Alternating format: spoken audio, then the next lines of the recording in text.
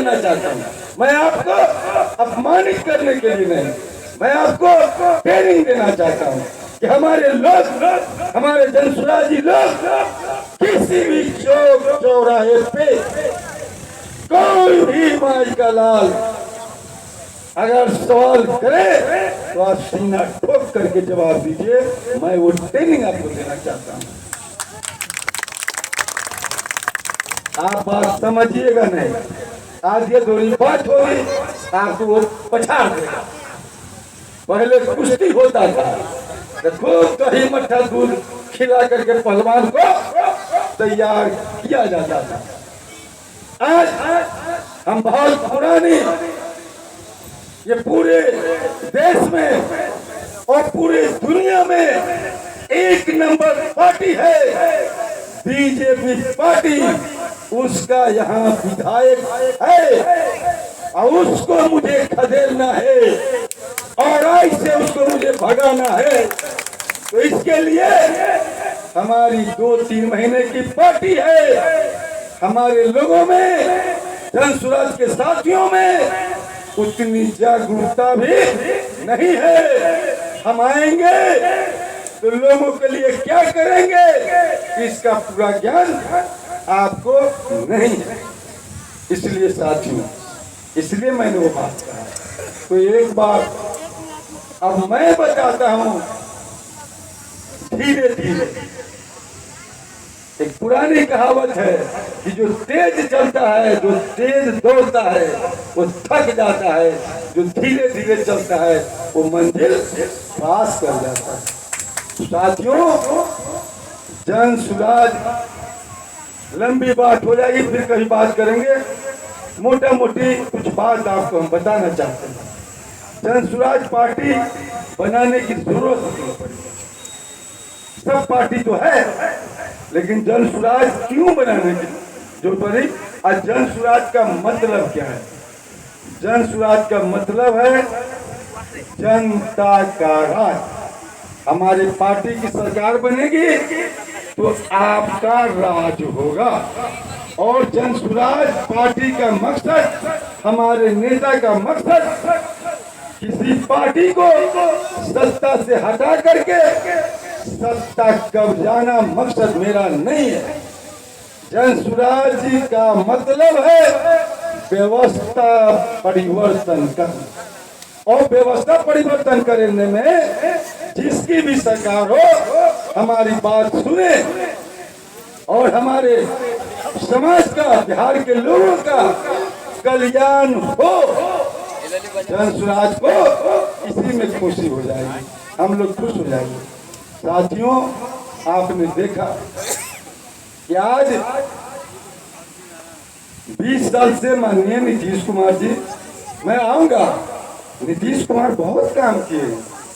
Nitish Kumar road बनाए हैं, महिलाओं को आरक्षण दिए हैं, बच्ची सबको साइकिल दिए हैं, ऐसा नहीं है, बिजली दिए। नीतीश कुमार काम किए हैं, लेकिन अब वो रिटायर कर रहे।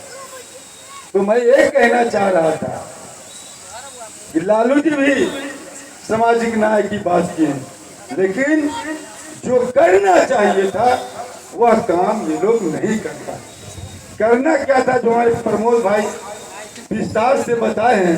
अब पूरे पढ़े लिखे लोग हैं, पढ़े लिखे के भाषा में बताए हैं। हम तो कम पढ़े लिखे लोग हैं, ठेठी भाषा में आपको बता रहे हैं। करना ये चाहिए था कि आज बिहार में फैक्ट्री लगनी चाहिए, हमारे बच्चे को बिहार में नौकरी लगनी चाहिए, बिहार में काम मिलना चाहिए। लेकिन हमारा 15 साल, 16 साल, 18 साल का बच्चा होता है, 20 साल का होता है, उसका हम शादी करते हैं और 1 महीना के बाद और वो बच्चा 2 महीना घर पर रह गया तो माँ बाप भी कहते हैं, रे बउआ चलना, जो कोई राज्य में बिहार छोड़कर जहाँ वो रहता है काम करे न जाइए तो कन्या कथी खत्म। एक सिंहार पटार कहाँ से आता, कितना दिन घर बैठल रहे रे बउआ, जो कमाए। उस लड़के को पैसा घर छोड़ के नई नई दुल्हन आई है, नई नई कन्या आई है, उसको छोड़ के जाने का मन नहीं करता है। और कन्या को भी मन नहीं करता है कि हमारा पति छोड़ के चला जाए। लेकिन यह पापी पेट, यह पापी पेट ये कभी न भरा है और न जिंदगी में भरेगा। इस पापी पेट को भरने के लिए दूसरे के बेटी को जो घर में लाए हैं उसके रख रखाव के लिए, अगर माँ बीमार है, बाबूजी बीमार है, मन नहीं करता है कि बाबूजी माँ को छोड़ करके हम जो है बहरा चल जाए। उन्हें जाएंगे वही अन्य बाबूजी न रुक जाए, इन्हें माँ न रुक जाए, दिल नहीं करता है छोड़ने का। लेकिन फिर बीमार माँ का इलाज कहाँ से होगा, बाबूजी का इलाज कहाँ से होगा। इसलिए अपने नई नवेली कन्या को छोड़कर, अपने माँ बाप बीमार को छोड़कर, किसी का बच्चा बीमार है उसको छोड़ करके बाहर जाना पड़ता है। तो जनसुराज के जो हमारे नेता पर नेता माननीय प्रधान किशोर, जो बिहार का बेटा है, उसको ये बात समझ में आई और दुनिया के कई मुल्क में इस पर काम किए थे। तब उन्होंने कहा कि नहीं, कई राज्य में उन्होंने सरकार बनाने का काम किया और तब सोचे कि नहीं, मैं बिहार का बेटा हूँ, बिहार की स्थिति बदले, बिहार का बच्चा दूसरे राज्य में पेट भरने के लिए नहीं जाए।